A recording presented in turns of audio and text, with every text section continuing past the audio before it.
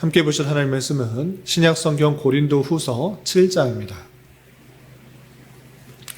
오늘 7월 24일 고린도후서 7장을 읽는데 7장은 1절부터 16절까지 길지 않으므로 처음부터 끝까지 말씀을 함께 봉독하겠습니다. 고린도후서 7장 1절부터 16절까지 말씀, 신약성경 292면 전후를 보시면 되겠습니다. 1절부터 함께 봉독합니다. 그런즉 사랑하는 자들아, 이 약속을 가진 우리는 하나님을 두려워하는 가운데서 거룩함을 온전히 이루어 육과 영의 온갖 더러운 것에서 자신을 깨끗하게 하자. 마음으로 우리를 영접하라. 우리는 아무에게도 불의를 행하지 않고 아무에게도 해롭게 하지 않고 아무에게서도 속여 빼앗은 일이 없노라. 내가 이 말을 하는 것은 너희를 정죄하려 하는 것이 아니라 내가 이전에 말하였거니와 너희가 우리 마음에 있어 함께 죽고 함께 살게 하고자 함이라.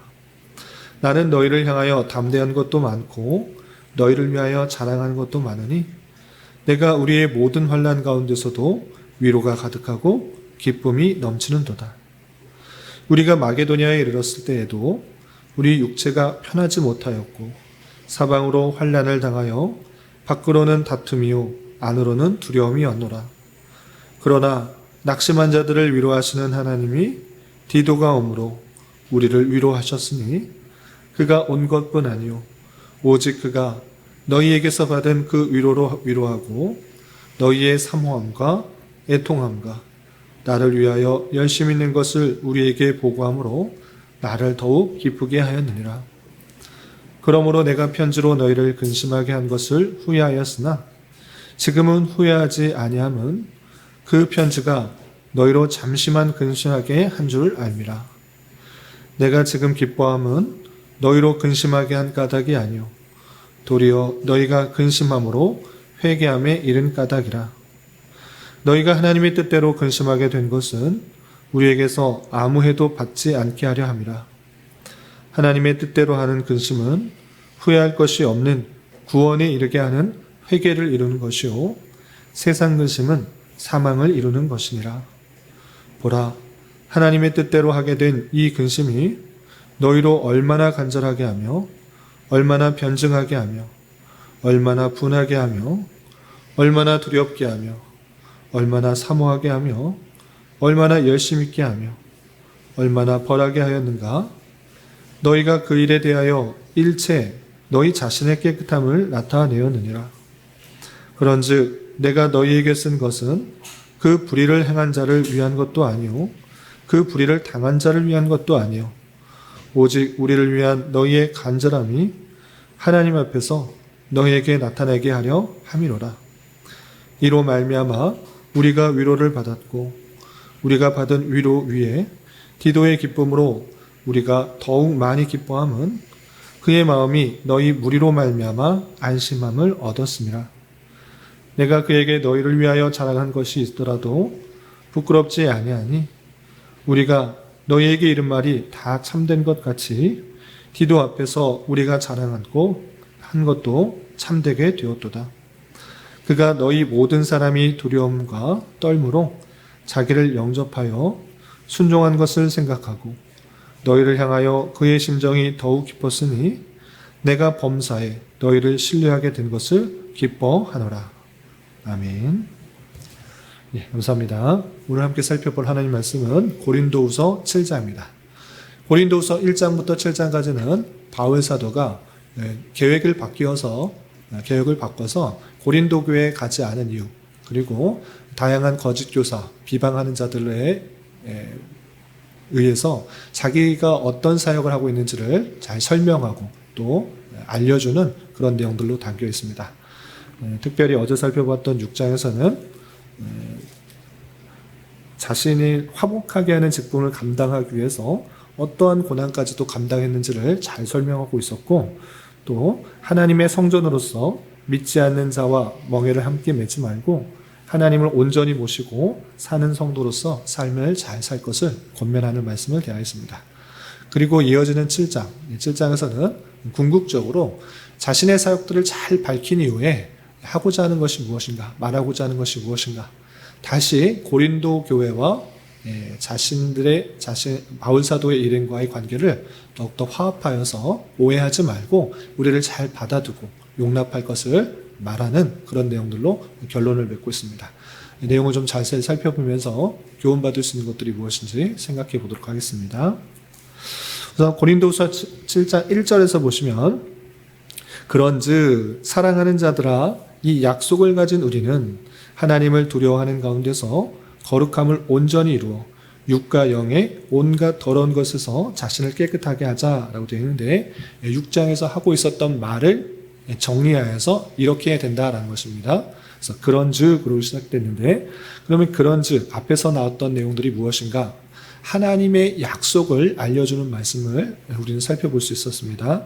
그래서 6장 18절에 보시면 하나님께서 내가 너희에게 아버지가 되고 너희는 내게 자녀가 되리라 라는 하나님의 언약들, 그 언약이 실현되고 있다라는 것들을 알려주고 약속된 것이 실현되었다라는 것을 알려주고 있습니다. 그래서 우리는 예수 그리스도로 말미암아 하나님 아버지라 부를 수가 있게 되었고, 또 하나님은 우리의 아버지가 되시며 하나님께서 우리는 자녀가 된다라는 것들을 알려주고 있는 것입니다. 그래서 이런 관계가 있는 줄 알아. 이 약속을 가진 우리는 어떻게 되는가? 하나님을 두려워하는 가운데서 거룩함을 온전히 이루어 육과 영의 온갖 더러운 것에서 자신을 깨끗이 해야 된다라는 것들을 알려주고 있습니다.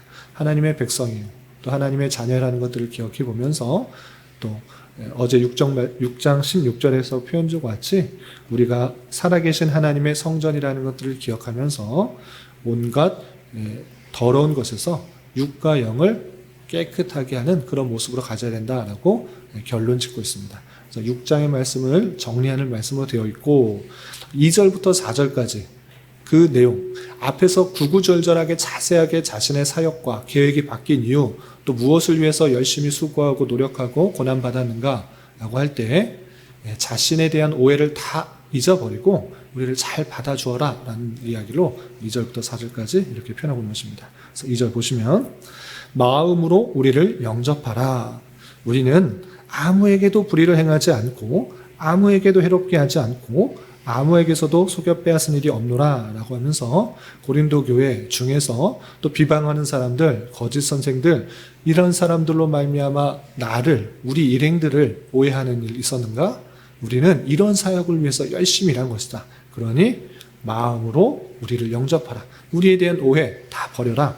우리는 절대 아무에게도 불의를 행한 적 없다. 또 아무에게도 해롭게 한 적 없다. 또 아무에게서도 속여 빼앗은 일 없다. 어떤 비방하는 사람들이 이렇게 말할지라도 너희는 우리의 사역들을 잘 생각해 보면서 오해하지 말고 마음을 넓혀 우리를 받아들이고 영접해 주어라 라고 표현하고 있는 것입니다. 3절에서 보시면, 내가 이 말을 하는 것은 너희를 정죄하려고 하는 것이 아니라 내가 이전에 말하였거니와 너희가 우리 마음에 있어 함께 죽고 함께 살고자 함이라 라고 표현하고 있습니다. 그래서 아무에게도 불의 안 했고 해롭게 하지 않았고 빼앗은 일이 없다라고 하는데, 너희들 왜 오해했냐? 우리에 대해서 왜 오해하고 우리를 이렇게 판단하느냐? 이런 식으로 정죄하려는 건 아니고, 너희들 잘못했다고 꾸짖는 것 아니고, 우리가 이런 사역들을 아무런 오해 없게 한 것이기 때문에 알려주었고, 궁극적으로 바울 사도가 원하는 것이 무엇인가? 우리 마음이 너희들과 함께 있어서 함께 죽고 함께 살고자 함이라 라고 표현했습니다. 함께 죽고 함께 산다.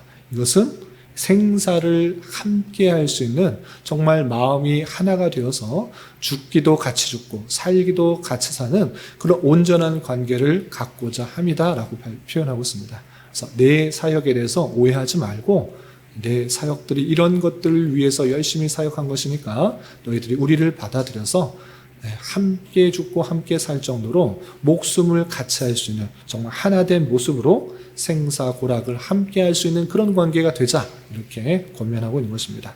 그리고 4절에서 보시면, 나는 너희를 향하여 담대한 것도 많고 너희를 위하여 자랑하는 것도 많으니 내가 우리의 모든 환난 가운데서 위로가 가득하고 기쁨이 넘치는도다 라고 말하면서 그냥 입 바른 소리가 아니라 그냥 의뢰하는 이야기가 아니라 생사고락을 같이 하자, 같이 죽고 같이 살자, 그런 관계가 되고 싶다라고 말하는 것은 그냥 하는 얘기가 아니라 정말 내가 너희를 얼마나 기뻐하고 감사하는지 그것을 알면 이것이 그냥 하는 이야기가 아니라는 것들을 알 수 있다라고 말하는 것입니다. 왜 그런가?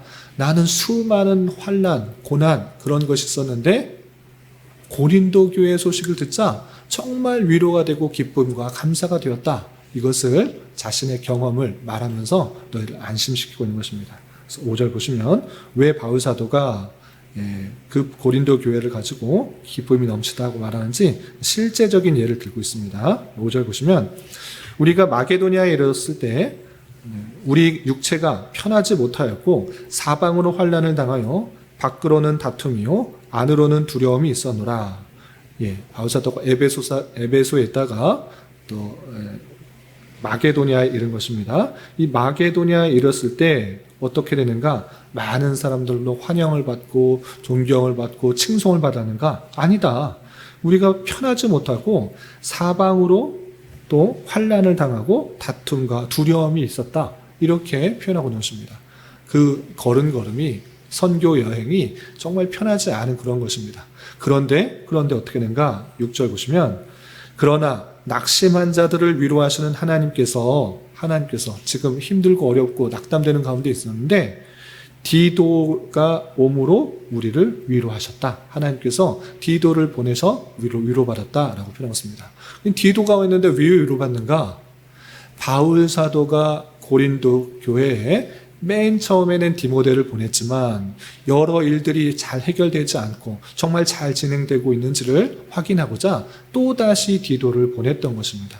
그런데 그 디도가 고린도 교회가 갔다가 이 마게도냐에서 만난 것입니다. 그러므로 말미암아 기뻐하고 있다라고 표현하고 있는 것입니다. 그래서 7절에서 보시면 그가 온 것뿐 아니오 오직 그가 너희에게서 받은 그 위로로 위로하고 너희의 사모함과 애통함과 나를 위하여 열심히 있는 것을 우리에게 보고함으로 나를 더욱 기쁘게 하였느니라 라고 하면서 디도를 만난 것, 사랑하는 제자를 만난 것도 기쁘지만 그가 고린도 교회에서 받은 위로, 그것을 전함으로 참으로 위로가 되고 또 그 고린도 교회가 얼마나 바울 사도를 또 애틋하게 애통한 것, 사모하는 것, 또 열심히 있는 것, 그 전해주었던 그 편지의 내용으로 또 살려고 하는 그런 모습들, 그런 것을 디도가 다 전해주고 정말 잘하고 있구나라고 생각하여서 기뻐하였다라고 표현하고 있는 것입니다. 그러면서 8절에 맨 처음에 보냈던 그 편지의 내용으로 잠시 내가 이 고린도 교회가 너무 근심과 걱정 가운데 있지는 않았을까 걱정했지만 그것은 기우였고 오히려 그 편지로 말미암아 그들이 회개함으로 잘 되게 되었다라는 것들을 밝히고 있습니다. 8절 보시면 그러므로 내가 편지로 너희를 근심하게 한 것을 후회하였으나 첫 번째는 너무 강하게 말하여서 근심 가운데 있지는 않을까 후회하였지만 지금은 후회하지 아니함은 지금 디도의 소식을 듣고 그것이 아니었구나라고 깨달은 것입니다. 왜냐? 그 편지가 너희로 잠시만 근심하게 한 줄 알미라 라고 표현하고 있습니다. 그래서 바울이 보냈던 편지, 이 편지에 대해서도 성경학자들의 견해가 좀 나눠지게 되는데 이 근심케 한 편지가 고린도 전서인가 아니면 두 번째로 가게 된 디도에게 보낸 성경에서 나타나고 있지는 않은 또 다른 편지인가, 이것에 대해서 견해가 나뉩니다. 그래서 고린도 전서다라고 말하는 사람이 있고 아니라 고린도 전서의 문제가 해결되지 않았기 때문에 디도를 통하여서 두 번째 성경에 기록되지 않은 두 번째 정말 강력한 그 메시지, 근심케 하는 메시지를 가지고 디도에게 보냈다. 그 디도에게 보낸 편지는 너무나 강력했기 때문에 사도 바울이 정말 근심하면서 혹여나 잘못되지 않을까 이렇게 걱정했지만 디도가 전해준 소식으로 인하여서 잠깐 근심했지만 그들이 변화되고 또 회개했다라는 소식을 듣고 기뻐하였다. 이런 견해가 나누고 있습니다. 어쨌든 그 회개케 보냈던 편지로 말미암아 잠깐 근심했지만 소식을 들어보니 회개했다라는 소식을 알고 이제 근심하지 않고 기뻐한다라고 표현하고 있는 것입니다. 그래서 9절 보시면 내가 지금 기뻐함은 너희로 근심하게 한 까닭이 아니오 도리어 너희가 근심함으로 회개함에 이른 까닭이라. 너희가 하나님의 뜻대로 근심하게 된 것은 우리에게서 아무 해도 받지 않게 하려 함이라 하면서 그 근심은 잠시만이 근심이었고 또 하나님의 뜻대로 하는 근심이었기 때문에 다양한 죄악들에 대해서 또 연약함에 대해서 또 실수와 잘못들에 대해서 그렇게 강력하게 메시지를 전해줬을 때 하나님의 뜻대로 하는 근심이었기 때문에 회개를 이루었다. 그 소식을 다 듣고 기뻐하고 있는 그 모습을 볼 수 있습니다.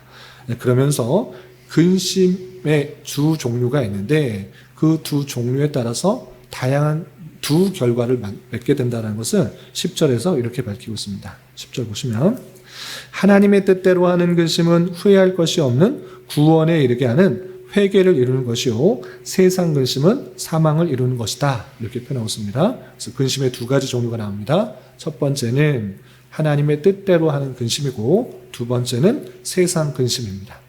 근심이 있는데 이 두 가지, 크게 두 가지로 나눌 수 있는 것입니다. 하나님의 뜻대로 하는 근심, 세상적인 근심. 이것이 있는데 어떻게 구분할 수 있습니까? 그것은 그 결과를 통해서 알 수 있다. 이렇게 표현하고 있는 것입니다. 어떻게 되는가? 하나님의 뜻대로 하는 근심은 무엇인가? 후회할 것이 없는 구원에 이르는 회개를 이루게 된다. 그러나 세상적인 근심, 세상적인 그런 근심은 사망을 이룰 뿐이다 라고 표현하고 있는 것입니다.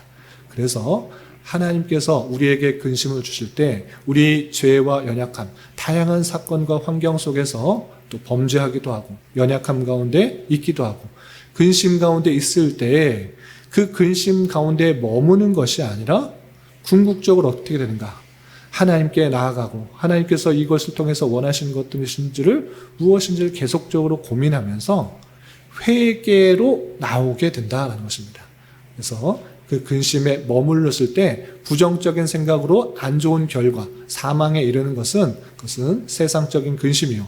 또 사탄이 주는 그런 근심인 줄 알아 그렇게 행하지 말고 하나님께서 자신의 죄악들을 깨닫게 하시고 회개하도록 구원에 이르는 회개에 이르도록 하는 것이 정말 하나님께서 주시는 근심인 줄 알아. 근심 가운데 있을 때 걱정하지 말고 내 삶을 바꾸어 구원에 이르는 회개에 이르도록 해야 된다라는 것들을 강조하고 있는 것입니다. 그러므로 말미암아 사도 바울이 주었던 그 편지의 강력한 메시지로 말미암아 너희들이 자신의 죄를 깨닫고 잠깐 근심했지만 걱정했지만 두려워했지만 다시 변하게 되어서 구원에 이르는 회개를 하게 되었다라는 것들을 강조하고 있는 것입니다. 그래서 회개하게 되어서 얼마나 바뀐 삶으로 되었는지 11절에 이렇게 놀라운 구원에 이르는 회개의 모습이 잘 드러나고 있습니다. 11절 보시면 보라 하나님의 뜻대로 하게 된 이 근심이 너희로 얼마나 간절하게 하며 얼마나 변증하게 하며 얼마나 분하게 하며 얼마나 두렵게 하며 얼마나 사모하게 하며 얼마나 열심 있게 하며 얼마나 벌하게 하였는가. 너희가 그 일에 대하여 일체 너희 자신의 깨끗함을 나타내었느니라 라고 하면서 근심케 하는 편지를 통하여서 그 모습이 그 죄악된 모습, 연약한 모습들이 바뀌어서 얼마나 간절하고 변증하고 또 분하고 두렵고 사모하게 하고 열심 있게 하고 또 벌하게 하였는가라고 보면서 자신의 삶이 그 고린도 교회의 삶이 완전히 변하게 된 것을 잘 봐라. 그러니 근심 있다고 걱정하고 또 두려워하고 나쁜 쪽으로 사망에 이르는 길로 가지 말고 자신을 변하게 하여서 회개하여서 하나님의 뜻대로 하나님께서 원하시는 모습대로 나아가게 되는 것이다 라고 알려주고 있는 것입니다. 이 내용은 이렇게 해야 된다라는 것이 아니라 네가 이렇게 된 것을 보라 라고 표현하고 있는 것입니다. 디도를 통해서 들었던 얘기, 내가 쓴 편지가 정말 근심하는 것 같아 보이지만 너희가 얼마나 변해됐는지 정말 하나님께서 원하시는 구원에 이르는 회개를 했는지 잘 보라 라고 말하는 것입니다. 그렇게 변화된 모습을 디도를 통해서 듣게 되었는데 그것이 나의 참된 기쁨과 감사가 되었다라는 것을 알려주면서 너희와 우리의 관계가 다시 회복되길 바란다라고 표현하고 있는 것입니다. 그래서 12절 보시면 그런즉 내가 너희에게 쓴 것은 그 불의를 행한 자를 위한 것도 아니요 그 불의를 당한 자를 위한 것도 아니요 오직 우리를 위한 너희의 간절함이 하나님 앞에서 너희에게 나타나게 하려 함이로라. 그 편지 쓴 것은 오직 우리가 얼마나 간절하게 너희들이 구원에 이르는 회개를 이루게 하기 위한 것인지를 보여주는 것이다 라고 표현하고 있는 것입니다. 그런데 그 편지를 받고 너희들이 많이 변화되었다는 것을 보고 정말 기뻐하고 감사하고 위안이 되었다는 것을 계속해서 밝히고 있는 것입니다. 13절 보시면 이로 말미암아 우리가 위로를 받았고 우리가 받은 위로 위에 디도의 기쁨으로 우리가 더욱 많이 기뻐함은 그의 마음이 너희 무리로 말미암아 안심함을 얻었습니다. 내가 그에게 너희를 위하여 자랑한 것이 있더라도 부끄럽지 아니하니 우리가 너희에게 이른 말이 다 참된 것 같이 디도 앞에서 우리가 자랑한 것도 다 참되게 되었도다. 그가 너희 모든 사람을 두려움과 떨므로 자기를 영접하여 순종한 것을 생각하고 너희를 향하여 그의 심정이 더욱 깊었으니 내가 범사에 너희를 신뢰한 것을 더욱 기뻐하노라 라고 하면서 디도에게 그 고린도 교회를 자랑한 것 정말 부끄럽지 않게 정말 잘 되었다. 디도의 소식을 들으니 내가 기쁘고 안심이 되고 위로가 된다. 이것들을 정말 내가 믿었던 그 고린도 교회가 잘하고 있다는 것을 생각하고 기뻐한다라고 표현하고 있습니다. 지금 디도가 와서 들었던 소식의 기쁨들을 왜 말하고 있는 것입니까? 앞에서 말씀드린 것처럼 고린도 교회 변화된 모습은 있지만 바울 사도가 했던 바울 사도의 계획이 변경되고 정말 바울이 정말 사도인가 이런 이야기들에 대해서 의심들이 생겼기 때문에 마음을 넓혀 우리를 영접하고 생사를 같이 할 수 있는 그 관계로 다시 화합하자라고 촉구하기 위해서 참된 우리가 어렵고 힘든 중에서도 너희 이야기를 듣고 기뻐함과 감사함이 됐다라는 것들을 밝히고 있는 것입니다. 이 내용이 7장의 내용인데 이를 통해서 교훈받을 수 있는 것을 다음과 같이 정리할 수 있습니다. 첫 번째, 하나님의 뜻대로 하는 근심은 후회할 것이 없는 구원에 이르는 회개를 이루는 것이지만 세상의 근심은 사망을 이루는 것이다. 이렇게 표현하고 있습니다. 우리가 삶을 살아가다 보면 여러 가지 근심, 걱정이 있을 수 있습니다. 그런데 그 근심과 걱정이 그 결과로 사망에 이르게 되는 경우도 있고 그렇지 않고 구원에 이르는 회개로 나아가게 되는 경우도 있는 것입니다. 그럴 때 근심과 걱정, 그것을 하나님 앞에 들고 나아가 하나님께서 원하시는 모습이 무엇인지를 잘 생각해 보며 이 근심은 하나님께서 주셔서 우리를 얼마나 강하고 담대하게 나아가게 하는 것인가 생각해 보면서 내 잘못을 바꿔 나가면 되는 것입니다. 그렇게 되면 하나님께서 원하시는 근심이요 또 하나님께서 구원에 이르게 하시는 회개로 나아가게 하시는 그런 근심인 줄 알아. 근심 걱정 가득히 머물러 있지 말고 또 내 삶을 더 안 좋은 쪽으로 부정적인 곳으로 나아가게 만들지 말고 삶을 바꿔가는 그런 모습으로 나타나야 되는 것입니다. 그것이 하나님께서 원하시는 근심이요 또 구원에 이르는 회개를 나타나게 하시는 근심인 줄 알아. 그런 근심을 통해 그런 걱정을 통해 내 삶을 바꿔가며 더욱더 하나님의 백성답게 훈련시키는 과정인 줄 알아 삶을 바꿔가는 그런 모습으로 서야 될 것입니다. 그리고 바울 사도가 그 고린도 교회에 정말 요청했던 그 모습들, 내 사역들의 모습들을 좀 잘 알고 오해하지 말고 비방하지 말고 그리고 우리가 생사를 같이 할 수 있는 그런 관계가 되자. 너의 기쁨이 나의 기쁨이 되고 또 나의 기쁨이 너의 기쁨이 되는 정말 하나님의 나라를 위해서 생사고락을 같이 할 수 있는 그런 관계가 되어줘라. 우리의 마음을 받아주라. 우리를 영접해달라. 이렇게 하는 그 모습을 볼 수 있습니다. 이것이 교회 공동체 안에 같이 가져야 될 그 모습이 아닌가 생각합니다. 현대화되고 개인화되는 그런 사회 속에서 신앙생활조차 나만 신앙생활 잘하면 돼. 나만 평안하고 기쁘면 돼. 나만 예배 잘 드리면 돼. 우리 가족만 그냥 잘 지내면 돼. 이 정도의 모습이 아니라 서로 공동체, 하나님께서 한 몸으로 또 불러주시고 한 가족으로 세워주셨다는 것을 생각해 보면서 여러 가지 어려움과 힘든 일들이 있는지 성도들을 살펴보면서 또 어려움도 나누고 기쁨도 함께 나누면서 정말 생사고락을 할 수 있는 그런 가족과 같은 공동체, 서로의 힘과 위로가 되는 공동체가 되길 소망하면서 함께 나아가야 될 것입니다. 말처럼 쉽지 않은 일이라 생각하면서 우리에게 여러 가지 어려움들이 닥친다라고 할 때 서로에게 도움을 주도록 하시는 하나님의 형편은 아닌가, 서로에게 관심을 가지도록 하는 하나님의 형편은 아닌가 생각해 보며 더욱더 이런 일들에 관심 갖고 기도하고 또 실천하는 우리가 되어야 될 것입니다. 이런 저와 여러분이 되시기를 주님의 이름으로 부탁을 드립니다. 기도하겠습니다. 하나님 아버지 감사합니다.